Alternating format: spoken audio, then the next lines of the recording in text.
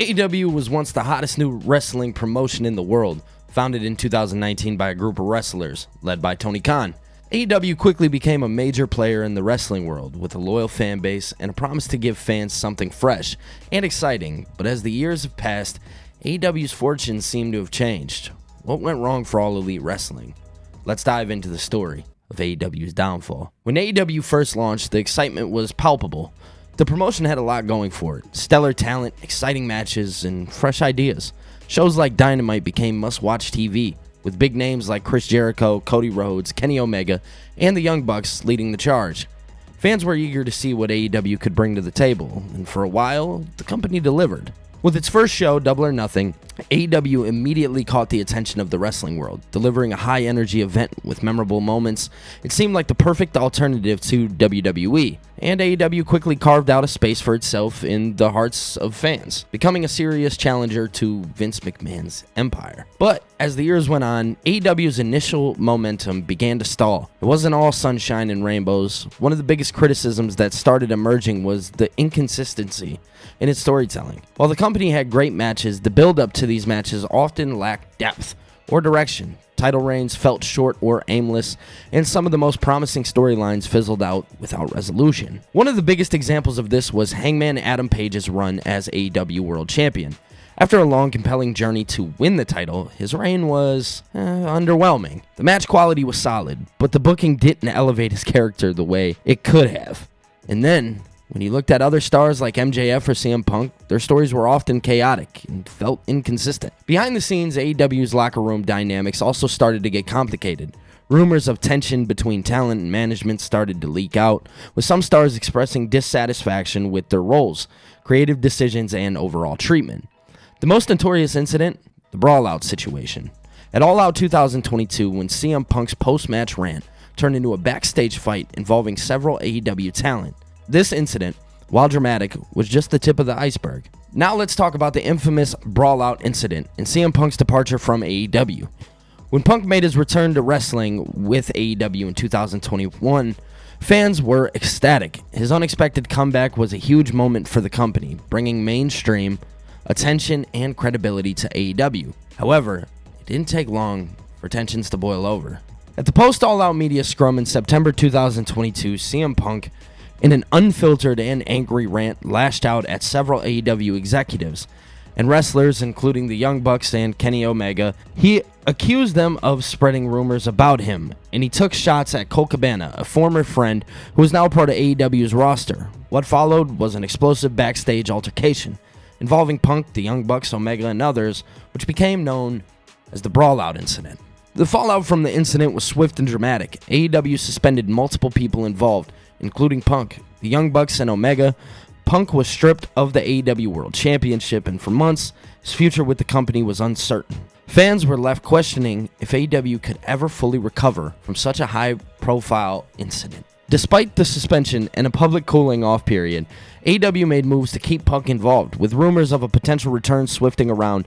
However, by the time Punk made his return to AEW TV in mid-2023, his relationship with the company had become increasingly strained. Reports suggested that Punk's attitude had soured, both with talent and management, and by the time AEW reached 2023's All In event, it became clear that things were heading towards a break. In a shocking turn of events, CM Punk was released from AEW in September 2023, bringing his rocky tenure with the company to an abrupt end. It was a huge blow for AEW. Punk, once considered a centerpiece for the company's growth, was now gone, and AEW had to face the reality that one of the biggest stars had left the company amid a whirlwind of drama. Another issue plaguing AEW was its lack of clear leadership. Tony Khan, the company's founder and CEO, had always presented himself as a fan-first, hands-on leader.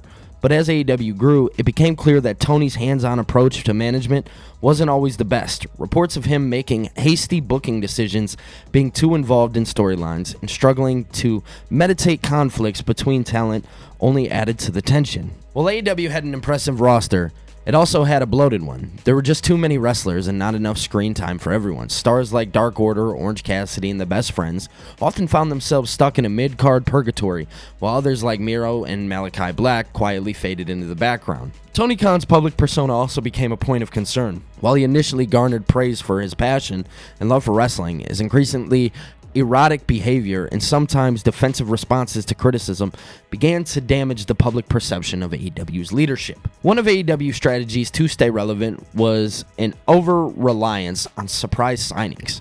While it's exciting to see big names like Bryan Danielson, Adam Cole, Sting join the roster, it came at a cost. AEW began to use surprise debuts as a crutch, hoping that the wow factor of a former WWE star would carry the promotion through tough times. The issue? These signings often felt more like a short-term solution than a part of a long-term vision. Wrestlers like Danielson, Cole, and even CM Punk could generate huge moments, but their appearance didn't always lead to strong, consistent storytelling. And eventually, fans started to feel like AEW was more focused on the spectacle of big signings than building new stars from within. Even older talent like Sting was brought in as part-timers, often getting prime spots that could have gone to younger wrestlers who needed the spotlight. While it's great to honor legends, AEW's constant focus on nostalgic appeal eventually made the promotion feel less fresh and more like a recycling bin of former WWE talent. Now, let's talk about the big elephant in the room, WWE. AEW was always the underdog, but as time went on, WWE started to hit its stride again under the direction of Triple H. With major signings like Roman Reigns, the return of Bray Wyatt, and a massive stadium show like WrestleMania, WWE proved it was still the dominant force in the wrestling world. I'm trying to compete with WWE's larger-than-life production and global dominance. AEW started to lose some of its original identity, where once it felt like AEW was a haven for indie wrestlers and a fresh alternative to WWE's more corporate feel, the company began adopting some of WWE's tactics, focusing more on mainstream appeal, grandiose matches, and bigger-than-life personas. But it wasn't enough. AEW didn't have the infrastructure and resources to keep up. And this leads us to AEW's biggest challenge, its identity crisis. With WWE constantly evolving, AEW was stuck in the shadow of the bigger brand.